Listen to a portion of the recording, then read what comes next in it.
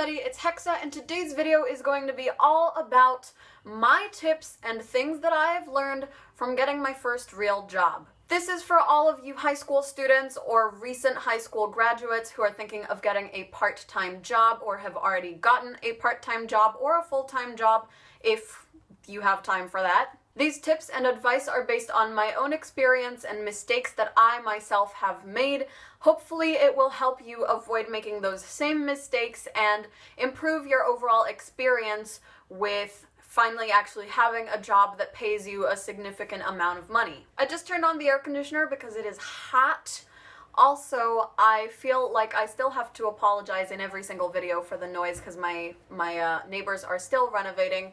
Everyone's probably already heard it, but just in case you're new to my channel, hi, if you hear noise, it's my neighbors. Sorry. Anyways, so getting your first real job can be really overwhelming because all of a sudden you're an adult, you have adult responsibilities, and you probably are making more money than you know what to do with. Unless you're living independently, I think if I was living independently when I got this job, I would have been a lot more careful with my money and I probably wouldn't have made all these stupid mistakes. But if you're still living with your parents and somebody else is paying for your housing, your food, and all of your basic needs, having all of this money to yourself can be really daunting because you feel like you're on top of the world, you feel like you're so freaking rich and amazing and awesome, and then you end up spending all of it on shit. Just complete, total, random shit. So before I get into my first real job that was actually paying me a significant amount of money, I'm going to quickly talk about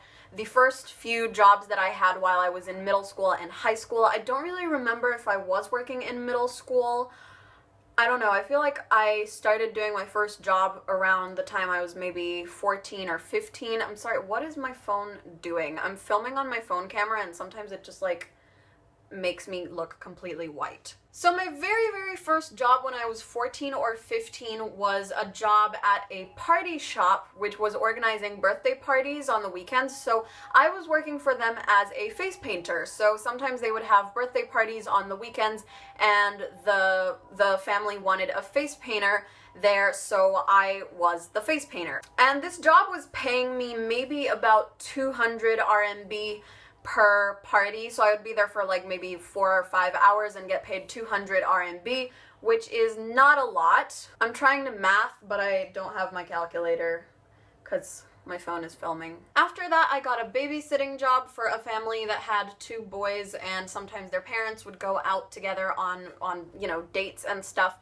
and they needed somebody to take care of their kids. And again, for that, I was also getting paid about 200 RMB, but I would be there for a pretty long time actually. Like I would usually get there at 7 p.m. and they would come home after 1 a.m. But they did always provide transportation to bring me home, which was nice, because I probably, at that age, shouldn't have been wandering around at 1 a.m. just randomly by myself. When I was 16, as some of you might know, my school expelled me for dyeing my hair blue.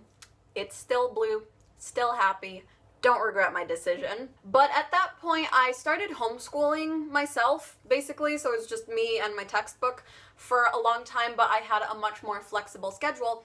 So I started taking modeling jobs. I was modeling at Makeup Forever Academy and they would pay me 500 RMB from around 9 to 4 or 5. So that's a little under $100, maybe 80 US dollars or so for a whole 9 to 5, which is not a lot for a model or in general, but it was still a lot of money for me at the time. And then at one point I did also start getting paid for singing jobs. I wasn't getting paid a whole lot, but it was something, you know. Getting paid to sing for me was a big confidence boost because singing is really what I love and would love to do with my life. So that was a big deal for me. Even though it wasn't a lot, it was still like really encouraging. But those are pretty much all of the random little odd jobs that I have done so far in my life.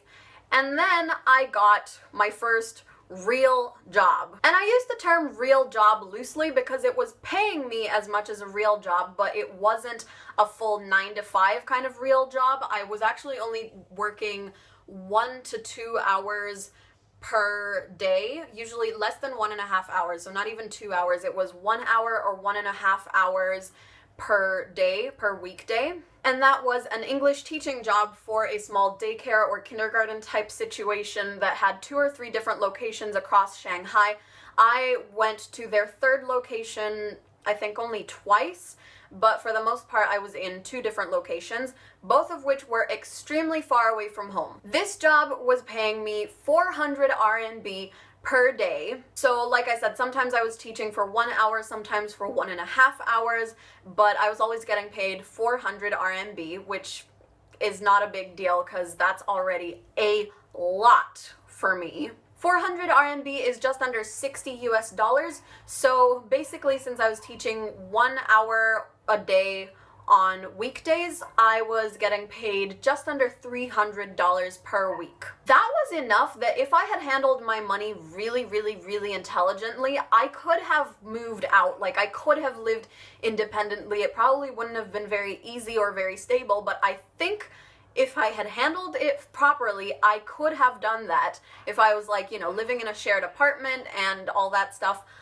I might have been able to actually live by myself off of the amount of money that I was making at this job. Not that I wanted to, but it was just, you know, to me it was a very significant amount of money because I could have lived independently off of that. So now that I've given you guys the backstory on my job history and what this job was all about, I'm gonna get into my tips, which are all pretty much based on things that I did wrong, things I fucked up, things that I wish I could have done better, things I'm kind of like kicking myself in the ass for in hindsight that I completely messed up. By the way, I only had this job from around October until March, until the very beginning of March. I stopped in March, so I had this job for, I'd say, 4 to 5 months. So I didn't work there for super long, but it was one hell of an experience and one hell of a life lesson on myself and how I suck at handling situations like this. So okay, anyways, we're getting into the actual substance of the video.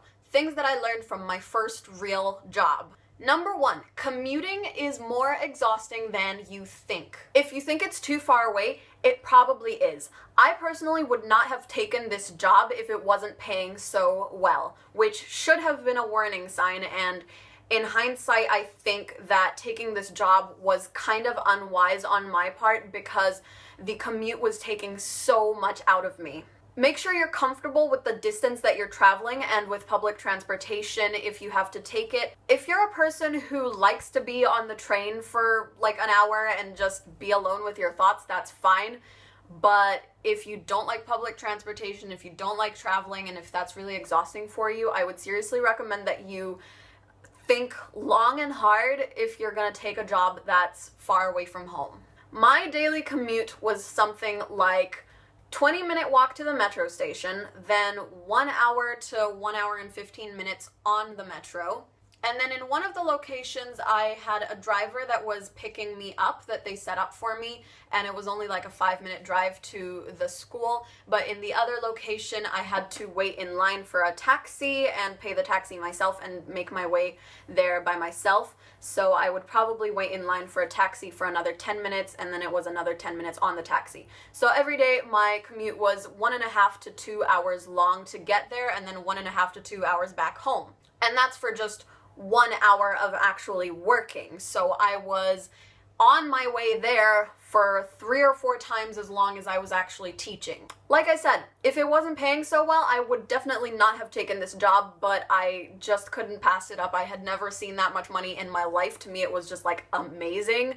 So I kind of had to, or I thought I had to. In hindsight, very bad idea. I think the fact that I took this job with such a long commute and so much time being spent on the metro did contribute to my anxiety because it caused me to be a lot more uncomfortable in the metro because I knew that I was spending so much time in there every single day. It's a very crowded environment. I was lucky enough that since my jobs were so far out from the city center, on my way home, usually it was really empty so I could get a seat, but on my way there, I was always standing the entire way, and it was really exhausting, and by the time I got there, I was already just tired and drained and just really in a shitty mood because It is not fun being on the Shanghai Metro for that long because it's so crowded and jam-packed. There's so many people and it's just really, really frazzling, especially for somebody with anxiety. I didn't used to be so terrified of the Metro, but now I am because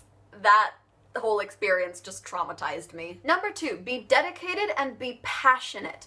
You need to develop an extremely strong work ethic from your very first job. You are not irreplaceable. You are not a special snowflake. Nobody is going to treat you any different from anybody else. Even if you're young, even if it's your first job, even if you don't have that much experience, you still need to work hard and you still need to be an adult because you are working alongside adults. People are relying on you. You have responsibilities and you cannot let people down. Letting people down, calling in sick, canceling, not doing your job properly is going to reflect very, very badly on you. Is going to allow you to build a very negative work ethic. And all in all, while that is a pain in the ass for the people that you are working for, it's going to be an even bigger problem for yourself because if you build these negative habits, you ultimately are going to carry those throughout the rest of your working life if you don't fix them, or they're going to be very difficult to correct once you develop negative work ethic. Always show up at your job 15 minutes early. Do not cancel unless it's actually an emergency or you're really, really sick. Do work that you want to represent you. Do work that you would be proud to show off when you are interviewing for your dream job. Your first job is probably not going to be your dream job. Your first job probably has nothing to do with your dream job, but you need to do that job as if it was your dream job. Work very, very hard. Letters of recommendation are incredibly useful. You can hand them in for your university applications. You can hand them in for job interviews. And if you half-ass things, if you're always late, always canceling, always just being difficult to work with, and causing problems in your workplace, you're not going to get a letter of recommendation. You are not going to be able to show off that work experience because you're going to be ashamed of it and it's going to reflect badly on you. So absolutely, no matter what job you're doing, even if you hate it, be serious about it, be dedicated, be passionate. If you've signed up to do this and it's paying you, do work properly. There are 10,000 people out there who could be doing the exact same thing that you are doing. And if you're not careful and if you don't take it seriously, you're gonna get fired and that's gonna be your problem. In 4 or 5 months of working in this job, I called in sick more times than my mom probably calls in sick in 2 or 3 years of work. I am deeply ashamed of that. I am deeply regretful of that. I think anxiety did play a big factor in this as well as the commute because if I wasn't feeling very well, if it had been closer to home, maybe I would still go so that I would know that I'm close to home in case of an emergency. But the fact that I was having to go so far away was really making me feel very uneasy. If I was ever feeling a little bit sick, I'd kind of just be like, I can't do this. What if something happens? If you have any physical or mental health conditions that may cause you to have to miss work, you should definitely let your employer know before they hire you. Yes, it might damage your chances of getting the job, but it is incredibly important to be honest with your employer about these things. Don't just like surprise them in the middle of the work week, like boom, can't be here for 2 weeks because so-and-so problem. So these first 2 tips were based around workplace ethic and dedication and how to pick your job and things like that. The next 3 are going to be centered more around finances. So tip number 3. Spend like you're still jobless. You need to make yourself a clear savings plan outlining what you want to accomplish with the money that you are making, and you need to be very disciplined and dedicated to that plan. If nothing else is working, get yourself a jar, put your money in that jar, and don't fucking touch it. When I got this job, I wanted to save up for an iPhone 7, a laptop, maybe a tattoo, maybe a camera or some lighting equipment for my YouTube channel. Guess what? Didn't buy any of that. Instead, I just bought a bunch of shit at H&M that I really didn't need. This is my iPhone 7 savings jar. Observe. And yes, it's very cute and aesthetically pleasing and awesome and I love it. But here's the thing. It's open. I can put money in here and I can take it out. And that's what I did. That's what I was doing for a long time. I would put money in this jar and say, yeah, I'm gonna buy my iPhone 7. And then some event would come up or a birthday would come up or something would happen that I wanted to spend money on and I'd just like casually take some money out of it and then say, it's fine, I'll put more in next time, which I never did. So for my birthday, my boyfriend actually got me this thing. It's very cute. He bedazzled it with a little heart.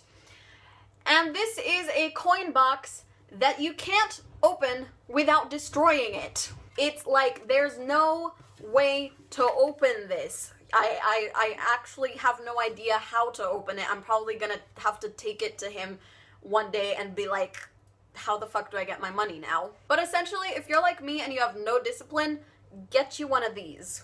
And lastly, if you can't remember where your salary went, you probably spent it on something stupid. This was my problem. Way too many things from H&M, way too many concerts and parties and things. I'm not like going out drinking and getting fucked up kind of partying, but I was just going to a lot of events that I normally wouldn't have gone to if I didn't have this job. I was buying a lot of snacks. I was eating out a lot more. All these little things add up.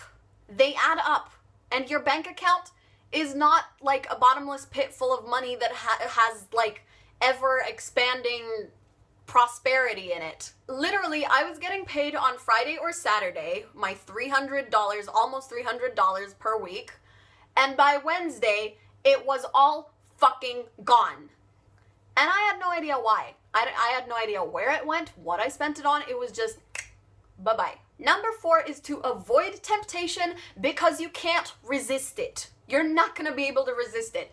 If this is your first job and it's the first time in your life that you've ever had this much money, do not go wandering around H&M or Sephora or whatever else strikes your fancy and tell yourself you're just browsing, because you're going to see something that you want to buy, that you're just thinking, I need this, is the most amazing thing I've ever seen in my life, and you're going to buy it because you have money to buy it with. You've spent your entire teenage years up until this point not being able to make all the impulse purchases that you want to make.